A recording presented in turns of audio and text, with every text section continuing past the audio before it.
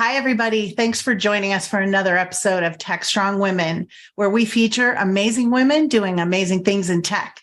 I'm Jodi Ashley, executive producer here at Tech.Strong, and I'm here with my co-host, Tracy Ragan, creator and CEO of Deploy Hub. And in her free time, she's busy working with the Linux Foundation, where she sits on the boards of the OpenSSF and the CDF Technical Oversight Committee. Before I introduce today's guest, I want to give you a quick update about what's happening here at Tech.Strong. Be sure to register for Tech.Strong Cloud Native Now on July 11th. Speaker submissions are still open, and as you know, we always love sponsors. You can register for all of our events by going to techstrongevents.com, and be sure to tune in every day to Tech.Strong TV for great shows and interviews. Hey, Tracy, what's on your mind today? Well, thank you so much for reminding us about getting our talks in. I think you ladies out there, we need you to do talks. In fact, next week we have CDCon is May 8th and 9th. OpenSSF is the 10th. And between I think it's the 9th and the 11th is Open Source Summit. And that's all happening in Vancouver. So if you are able to make it, please come. I get to do a keynote for the Open Source Summit. Super excited about that. So I hope to see you all there. But on another note, some interesting things have happened in the world of SBOMs. And for most of you who have attended shows that I've been at, you know that I like to talk about SBOMs. I've been talking about them since 1995. I called them build audit reports at the time. But this happened back in December in a very quiet way. All of you may know about the Biden administration's requirement. If you deliver software to the government, you have to include a software bill of material report.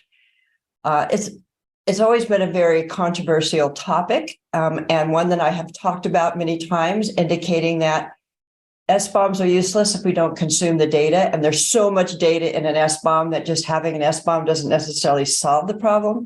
It begins to solve the problem, but it's only the first step. It's the data. Sitting in a text file is kind of useless, to be quite honest. Well, in December, somebody finally agreed with me. The Information Technology Industry Council, it's a lobbying group for the big companies like Google, Amazon. I'm assuming IBM is part of it. They actually wrote a letter to the Biden administration and said, hey, you know what? Maybe this is a premature idea. And I'm going to read what I put this little note in here. It said, given the current level of immaturity, we believe that SBOM requirements are too soon yet. The SBOM conversation needs more time to standardize SBOMs to make sure they're scalable for all software categories and agencies. So we as a community need to continue this conversation about consuming SBOMs. Now, I'm in charge of a community for an open source project at the Linux Foundation called Ortelius. Deploy Hub is based on it. And that's everything that we do. So I was very happy to see this. Validation helps, right? Sometimes I think I'm not taken serious and I'm saying, yeah, you create an SBOM, what good is it sitting in a text file in a build directory? Does absolutely no good unless we begin to consume the data. And the thing about SBOMs is that they have an enormous amount of data in them, enormous. And if we think about AI, you can't do AI without data. So we have a massive amount of data that we collectively as a group are generating in these SBOMs, and we're leaving it in a text file. Breaks my heart. But now the Information Technology Industry Council has brought it up and said, hey, Biden administration, maybe you ought to put some pressure on the government figuring out how to consume the SBOM information before we bother sending it to you, because it may be an onerous requirement if you're not going to do anything with it except check off a box. Doesn't solve our cybersecurity by checking off a box. So it's out there, everybody. We got to start consuming SBOMs. That's my tip for the week. Always a good tip for the week from Tracy. All right, well, let's get rolling into our interview. I'd like to introduce you all to Kathy Park with Andre Capital. Kathy, jump in, introduce yourself. Tell us a little bit about what you're up to. Sure, thanks. Thanks for having me on. So I am a partner at Andre Capital. We're a Silicon Valley-based growth and late-stage technology investment firm. We focus on companies primarily raising Series E, F, or later, so ideally 1 to 3 years prior to IPO.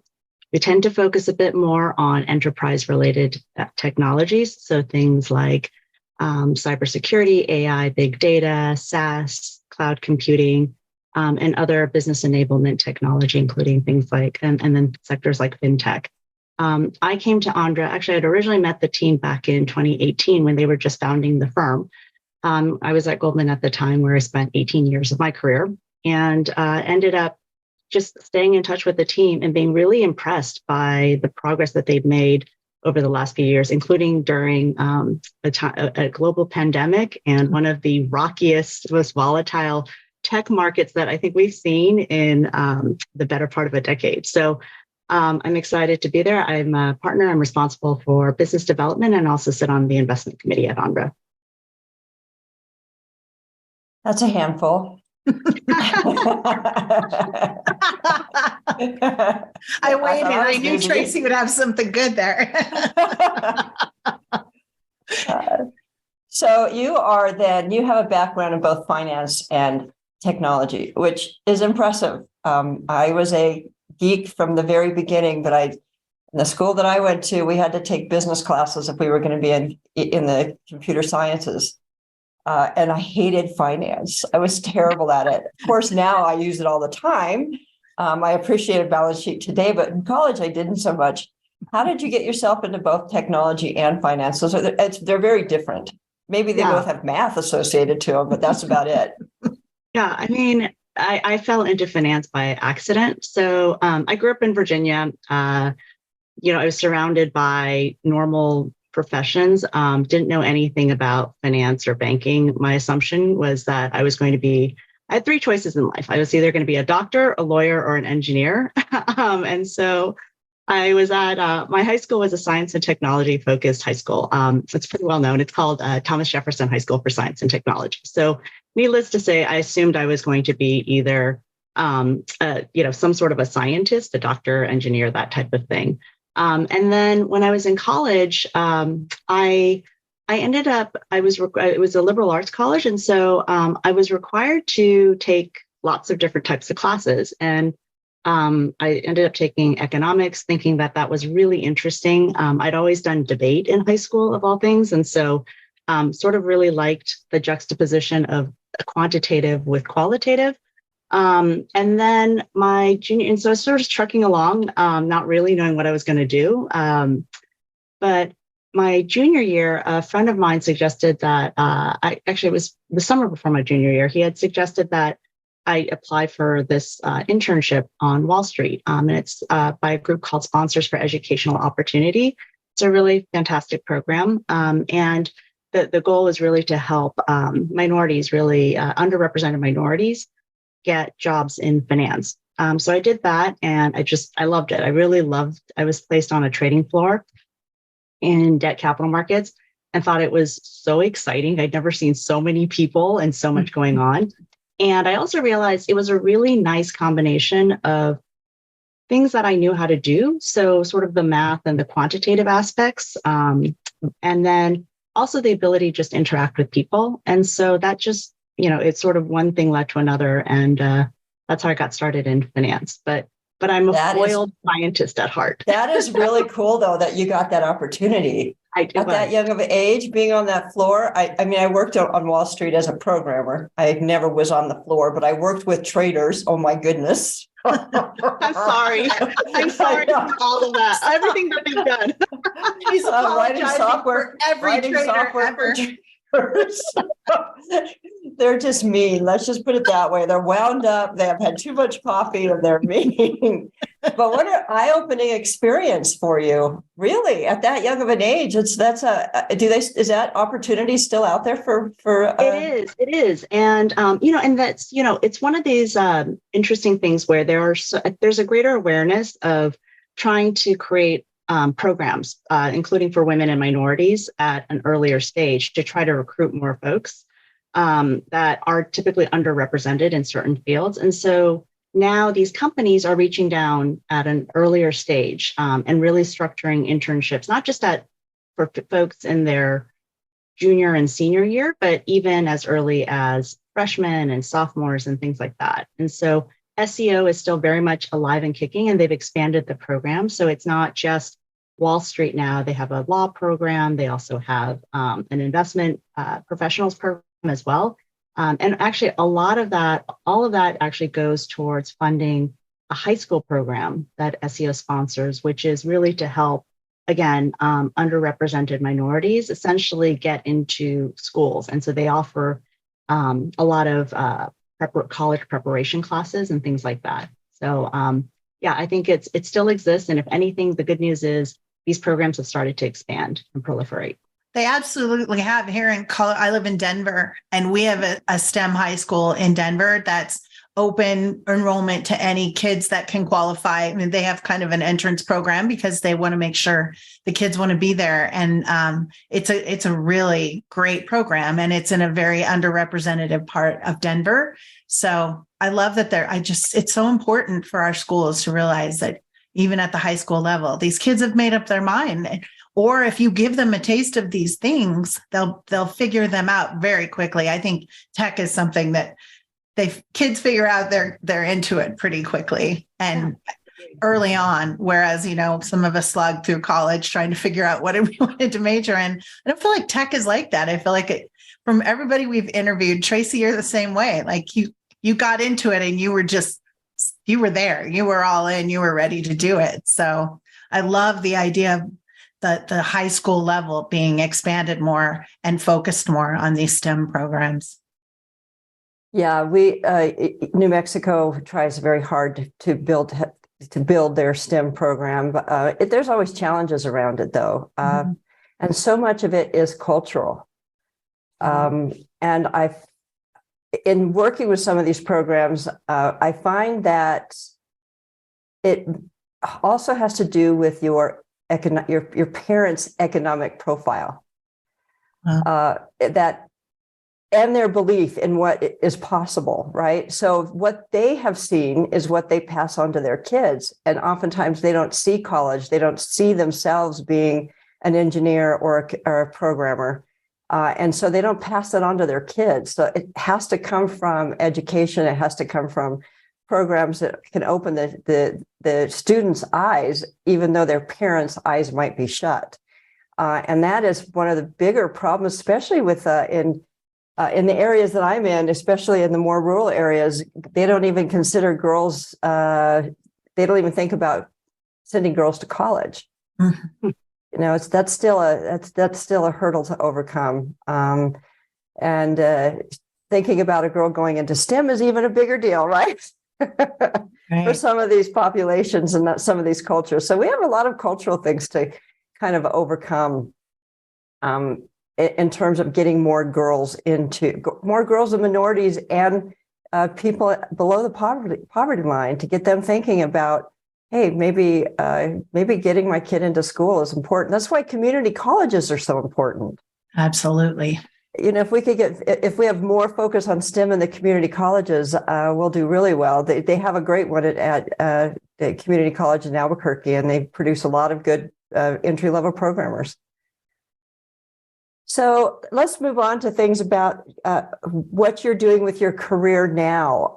So tell us a little bit about some of the companies that you are investing in.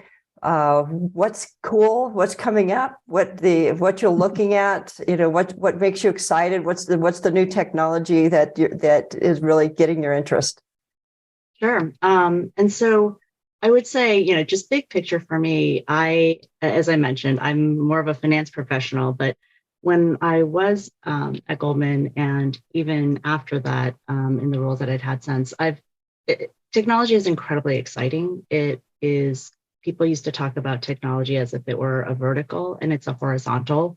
It encompasses every single sector and every single industry, and it will increasingly become an important part of our ecosystem, to the point where I think, Tracy, you had mentioned with various communities that don't really, that don't support college, much less women in technology. I think it's so incredibly important for young girls in particular to feel excited and understand how jobs or careers in technology are relevant for them in particular. And so for me, I was starting to see technology really in the financial services sector. And then I realized the exciting things that are happening in healthcare, as well as other sectors that previously you hadn't really seen a lot of technology. And in particular, you're starting to see a focus on AI and big data and data analytics in particular. And that permeates every single industry. And there are lots of industries that are relatively inefficient. What's interesting as well, I know everybody has been talking about AI in the context of ChatGPT, but that's just the most recent manifestation. So at Andra, we believe that AI and big data are going to be incredibly important. And so we've invested in companies, including we tend to invest in these private companies that are a bit under the radar. But we look at companies such as Urbit, which is a natural language processing and machine learning based transcription service.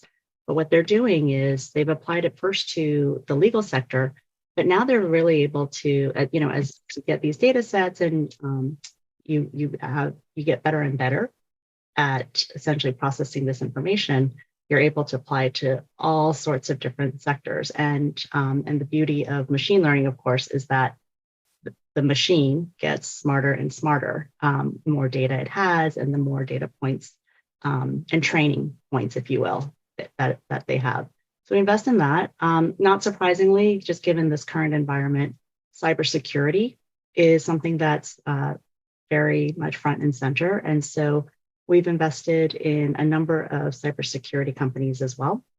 And actually, you can look at our website. I don't know how much I'm supposed to talk about the companies that we've invested in, but you can get a sense for the types of companies that we've also invested in. So that's also incredibly exciting. And if you think again about cybersecurity, it used to be something that was something, it was like in movies and espionage, and you always thought of like these male hackers and stuff.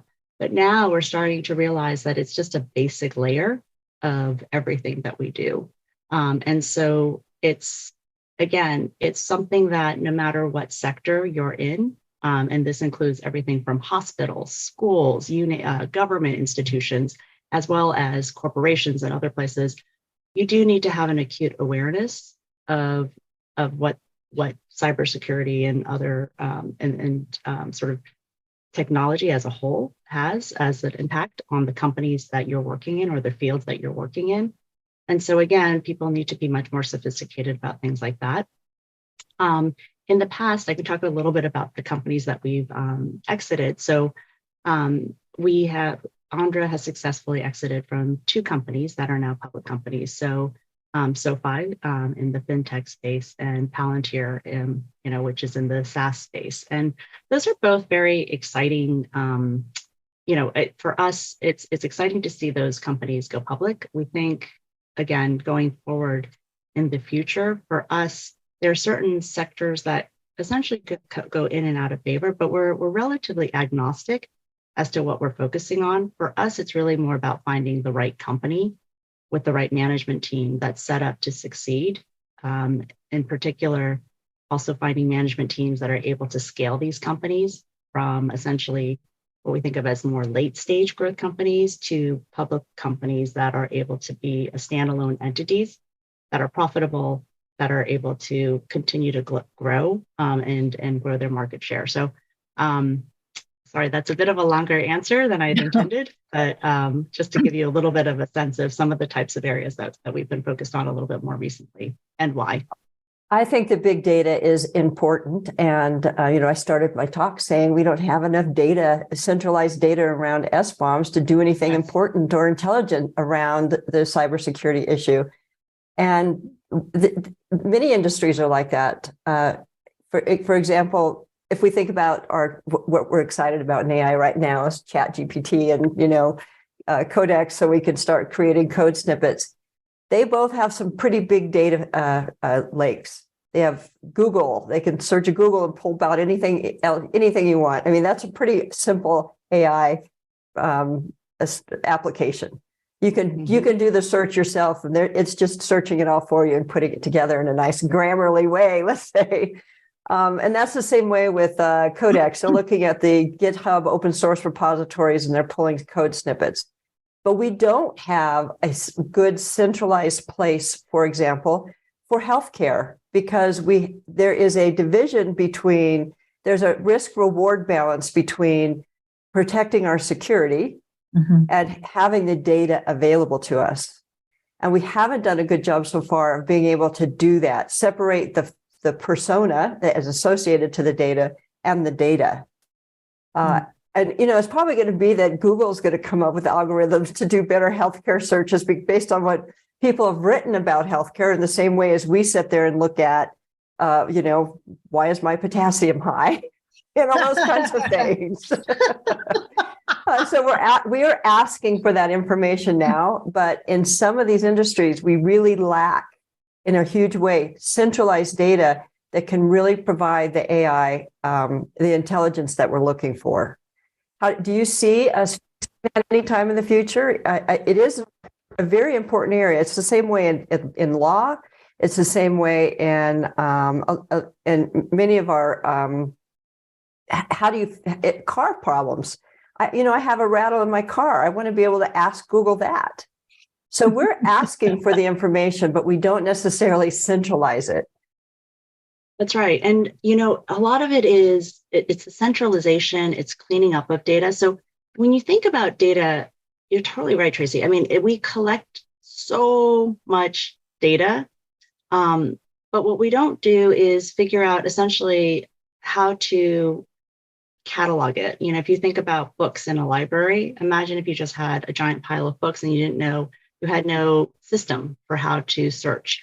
And so in the same way that it's what Google did for the internet and for data that's available out there now, but and this is also, I think, where the overlay of, artificial intelligence comes in as well, because it's still an incredibly intensive process to be able to think about how do we draw all these connections, how do we see the patterns. So healthcare data, some of the exciting things, on the Andra side, we're not healthcare specialists, but when we focus on health tech, we focus less on the health and more on the technology and the software applications.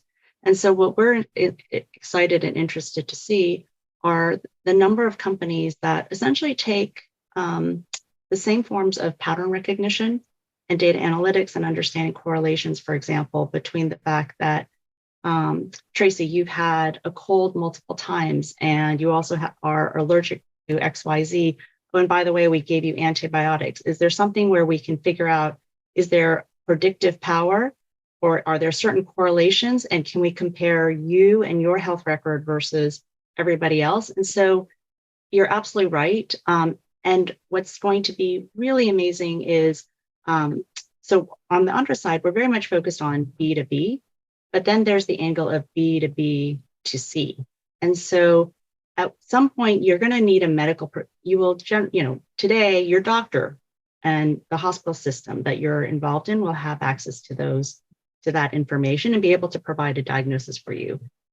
But it's really not that much longer before you will have those tools in your hand where you'll be able to take, put in your own data, your symptoms into your iPhone and have it give you information. And so it's really exciting.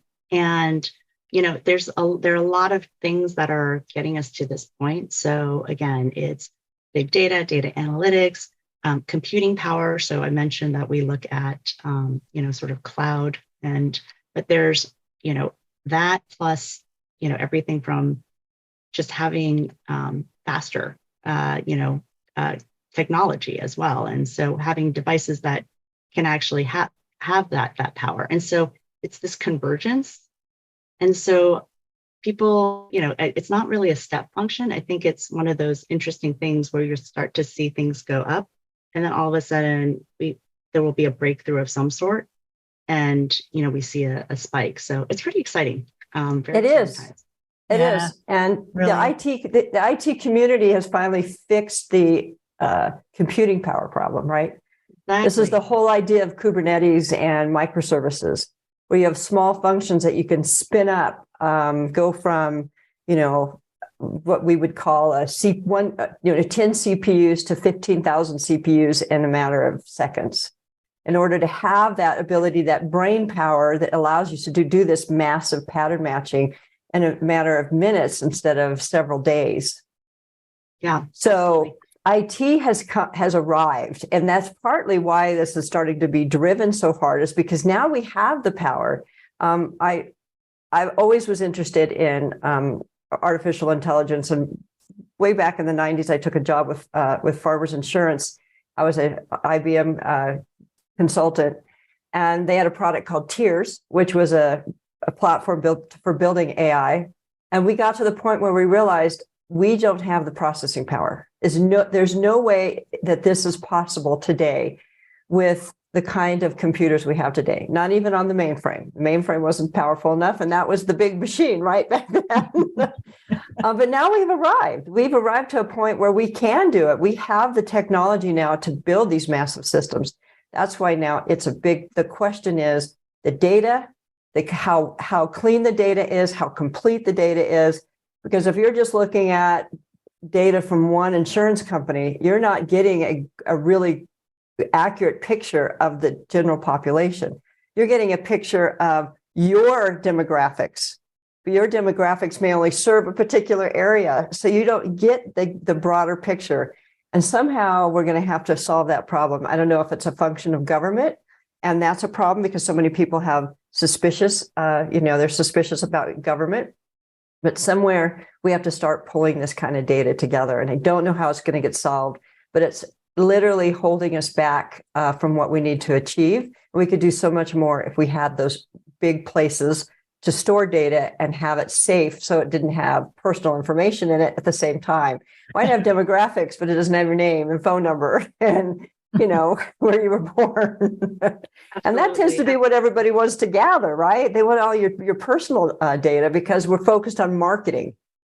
We've always wanted, like, I need their email. I want to be able to reach out to them. Let's do, remarketing on Google so we can get in their face. We haven't thought about it in terms of improving people's quality of lives, health, making legal questions easier.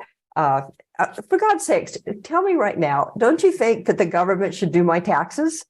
Yes, they should be able to. They have the data. Why are they asking me to fill the form out? Just send me the form and I'll look at it and agree or disagree. And if I disagree, I'll go to, my H&R Block guy and let him fix it. Well, not only that, but how much more complicated can they make it, right? Mm-hmm. Like it's not like you can learn how to do it because they change it and you can't figure out what those changes are. My daughter is an actor and a director, and she called us last night and she's like, oh my God, how do I do my taxes? I have 6 W-9s and 4 W-2s, and I worked in 3 different states last year. What do I do? And she shouldn't have to pay for a tax professional at 26 to get her taxes done. And it should just, right now, it should just be mailed to us. Yeah, exactly. I love that. So I want to shift a little. Kathy, you've spent so much time in so many different spots, and right now you're exposed to so many different industries. Let's talk a little bit about what we see as far as minorities and women in these roles that people are coming to you. Obviously, we all know as women that we're not represented nearly as much as we'd like to be, and people of color as well. What do you see in these small private companies and folks that are coming to you? So it's interesting. The statistic that I always come to is that even if you look at the general workforce population, women comprise just under 50%. And we're not even going to get into pay disparities and things like that, because that will set us down a completely different rabbit hole. Exactly. But when you think about the technology space, women are less than a third of the overall workforce. And that's at every level in these companies. And it's not surprising, whether it's technology or finance or other industries that have traditionally been more male dominated. At every level of the career progression, you see women drop off. And so candidly, the number of women CEOs that we see is, I think less than a handful at any given time. On the Andra side, we're an incredibly diverse team. So if you look at our team, in addition to myself, the rest of my team, while they are men, they're also they're diverse. There are other people of color. And so it's not lost on me that I joined a team that just looked a little bit different from other firms.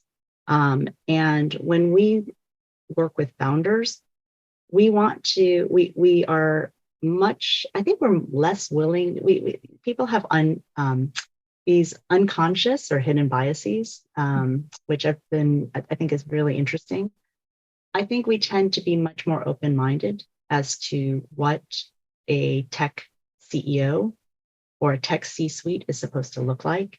If anything, what we're looking for is diversity. We're not necessarily looking for diversity just for, physical appearances, but really diversity of thinking, diversity of experience, because what we want to see is a really well-rounded team. And we aren't as likely, I think, just again, because we are a diverse team, to have preconceived notions around what, management teams are supposed to look like. And I think that's really important. Another interesting fact, for example, on the investing side, we know for a fact that increasingly more investors are looking for diversity, and they're not finding it. But I had it was really great yesterday. I ended up having an initial meeting with an investment team. It's a multifamily office, and on the screen were two other women. And I'm not saying that for me, that's exciting just because it is so rare to see other women investors, other women who are allocating capital. And so I think the more women, though, that we can get into these positions where they are allocating the capital and frankly demanding to see diversity, whether it's a core part of someone's investment strategy or one of the factors that go into our analysis, that's how we're going to be able to push for greater diversity on teams. And so, I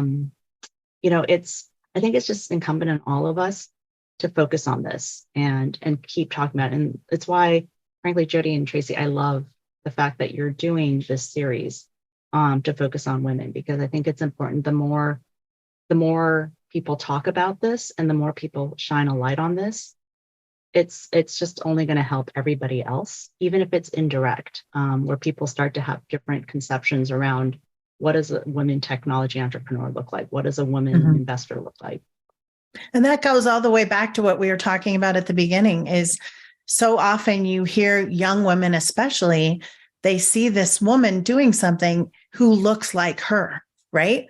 We hear about it most in acting, right? And the Academy Awards that just happened, and you see little girls seeing an Asian woman who got the biggest award there is to get after a massively amazing career Michelle had.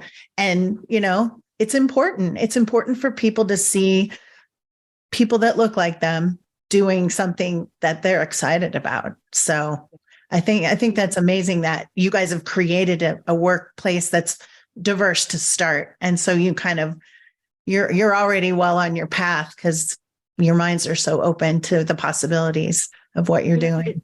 It's totally the case. And, a lot of times these young women, this goes back, Tracy, I think, to your comment around your local community.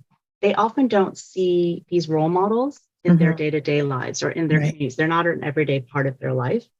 But then when you watch, whether it's the Academy Awards or something else, or you're on the internet and you see, though, that outside of your community, there are lots of butt-kicking women doing really amazing things that you never even thought were conceivable, is pretty impressive. And then back to Tracy, your point about parents too. I think it's awesome. Like, I would have loved if my parents had seen, someone like Michelle Yeoh receive an Academy Award, because then for them, they're like, oh, wow, it is possible for someone who looks like my daughter to achieve success in this area. Because when you don't see those role models, you think, oh, those doors are closed off to me. So, it's that whole idea of seeing role models is really important. Otherwise, it's really hard. I mean, I would say this as someone who, when I started out in finance, there were so few women at senior levels. And it just wasn't something that, so for me, I sort of thought, oh, you have to be extraordinarily special. I mean, you still do have to be extraordinarily special, but it was almost so insurmountable that I couldn't relate, if that makes sense. And so it's only as I've gotten older and you've also started to see more women and you've seen more women helping other women that that these sorts of things become more normalized. Right. So. There's one thing that's good about the internet, and there's a lot of bad things. But one good thing is kids and diversity, kids that are diverse, kids in underserved communities, girls, they can go on YouTube, they can go on places and outside of their community because they're not seeing it, and find people that can represent them. So it's pretty important. There's a lot of other garbage on the internet that is not helpful to women.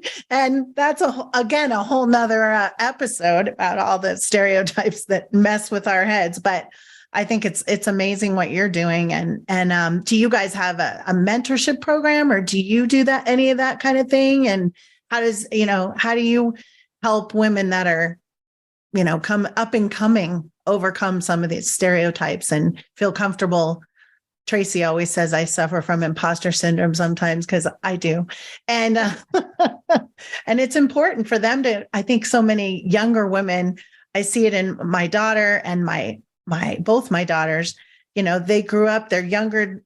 For them, they're just like, we can do whatever we want. And I love that we're raising our girls to be more and more like, not coming and feeling like they're going to hit a wall, right? Because they don't see someone, they're like, well, I can do that.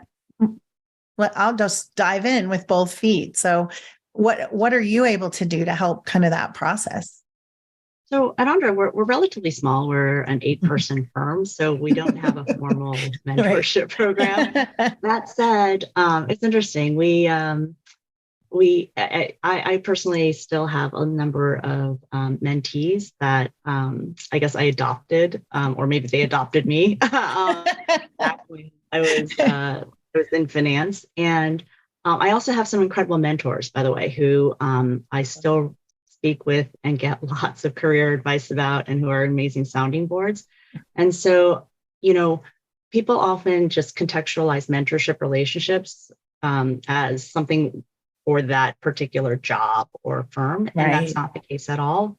It's important those are lifelong relationships. And ideally over time, they become friendships. And you as a mentee are also able to provide insight and help. And so I'll give you an example. More recently, one of our partners had asked me to mentor a young woman who, of all things, is working at a very interesting industrial lighting company, but is very interested in technology. Her family, she's from Taiwan, had lived in Vancouver and was educated in Vancouver. So I'll tell her about the conference. So part of it is, for me, I'm trying to help her better understand the technology landscape and understand, sort of areas that could be particularly interesting to her. And so we're having that conversation. And I'll give you an example of how a mentee can help a mentor. So I know nothing about search engine optimization. And so we're going through a project, and it turns out that she does a lot of the media and online, sort of presentations and things for the company that she's at.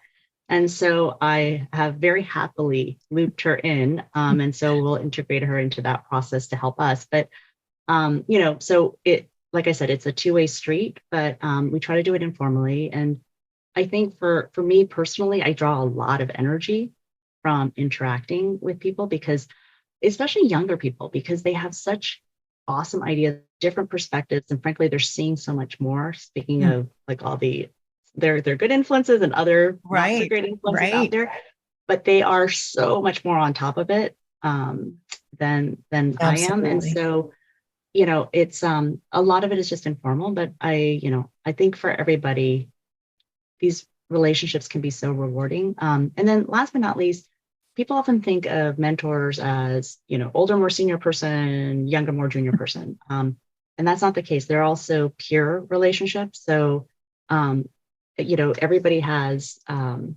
whether you call it this or not, a personal board of directors. And so these are my girlfriends and some That's guy friends. awesome. It's a posse of people and they've seen a lot of what you've seen. Maybe they've navigated in a different context, but you have got to have that group. You need to have your own personal board too, to help you out and help you sound out stuff in a safe space where that when you say something, they're not gonna suddenly, that it's not somehow going to be used against you, if that makes sense, or to practice saying, well, if I said it this way, how does that sound? And they can tell you, Kathy, that is a crap idea, so try it again. So things like that. So, I think it's important to think about mentorship in sort of a 360 context versus just, up, down, that kind of thing. That is the takeaway for today, for sure. Your personal board of directors. That's amazing. I call the people in my front row. Yeah. Yep. People who I feel like are cheering me on, right? They are my mentors because they're the ones that are going to be most honest, and they're the ones that are going to be giving me the most praise and keep me going. But I have to say, this is a women in technology discussion. I don't find at where I am at my level, I find that the women that I do meet are super competitive, and they're not good at mentoring other women. Mm. In fact, they're terrible at it. They're absolutely terrible at it. And sometimes I feel that there's that competitive edge there. They don't want to do it. And it makes me sad. It really does. I have some amazing men in my life now who I would consider my mentors, but I haven't found women who are at the higher levels make really good mentors. And then the ones that do, they're so busy. Yeah. I have a few of those that I'm working on, and they're amazing mentors because they have that nurturing capability. If they can let down their competitive edge and just say, this is not about me, this is about this person right now. So I'm hoping that we see more women take those mentorship roles, whether it be within the company, growing younger women to get them up to the higher levels, or it's or more of a community, broader based, where people are reaching out to women who are coming up the ranks. And on our open source community, there's a handful of women that I am working with, and it's it's my favorite part of my job. It really is. So be a mentor, absolutely. Yeah, Tracy, that term. Have you heard the term queen bee? Oh yeah. Oh yes. Yeah. We don't need any queen bees. We really don't. It's like diva. We can't have them because it holds everybody back. It's at some point in your career, you've already reached a certain level. You don't have to have that competitive edge anymore. And I understand it. You have to have a serious competitive edge to get ahead in a male-dominated field. You do. But there is a balance. Everything has moderation, right?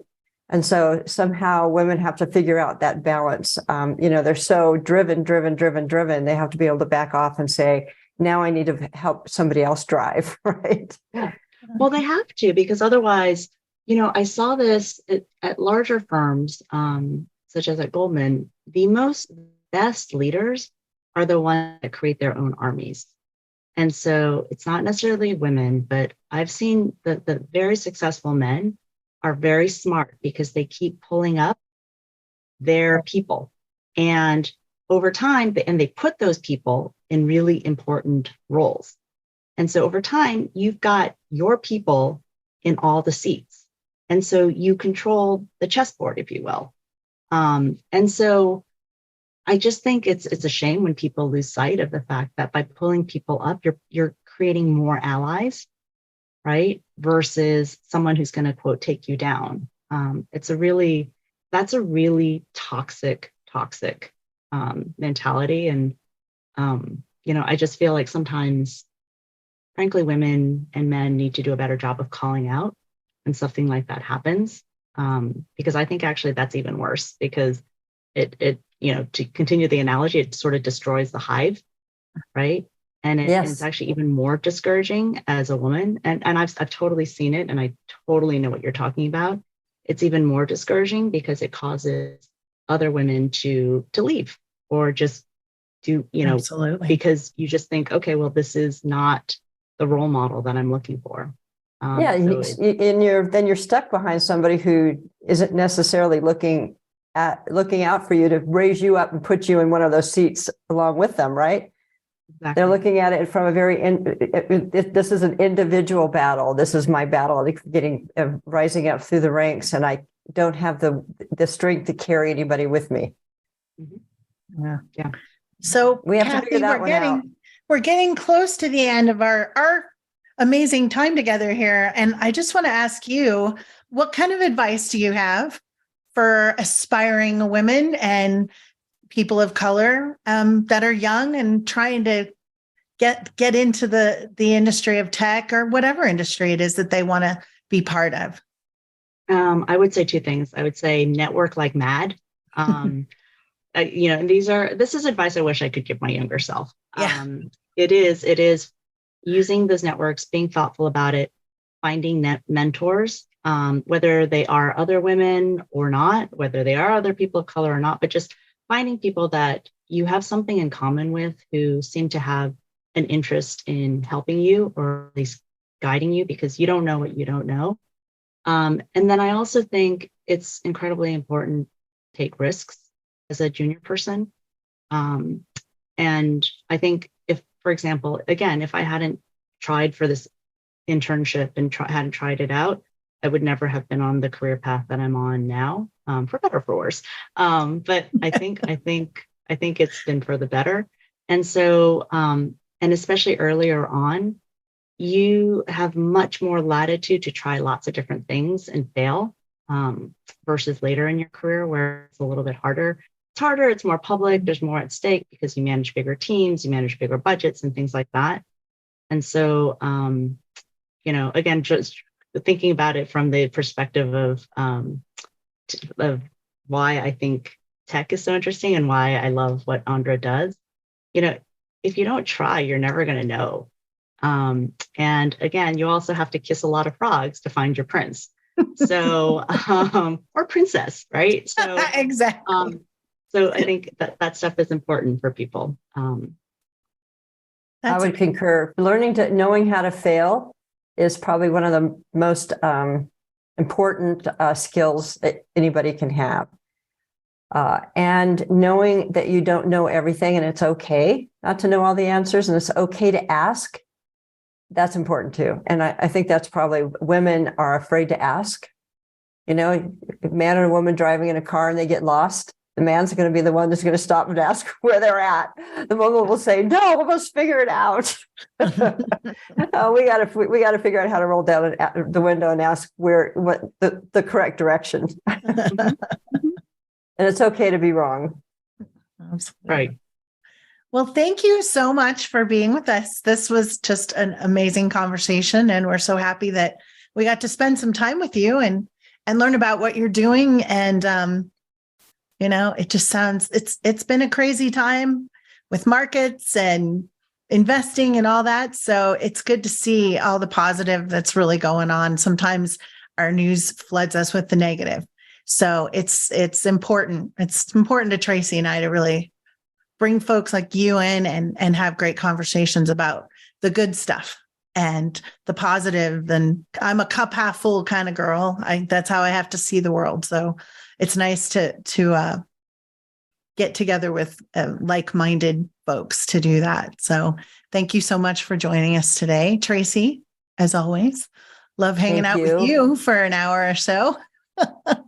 And Kathy, it was great meeting you. It's great to meet you both. And thank you so much. And thank you for doing this program. Truly, I think it's great. And I love, just the name says it all, Tech.Strong.Women. So it's fantastic. Thank you so much. And hey, thanks for everybody watching today. We're excited to bring you another episode of Tech.Strong.Women. Be sure and tune in to Tech.Strong TV every day for lots of great interviews and all sorts of great people you can meet and things you can learn. Have a great day.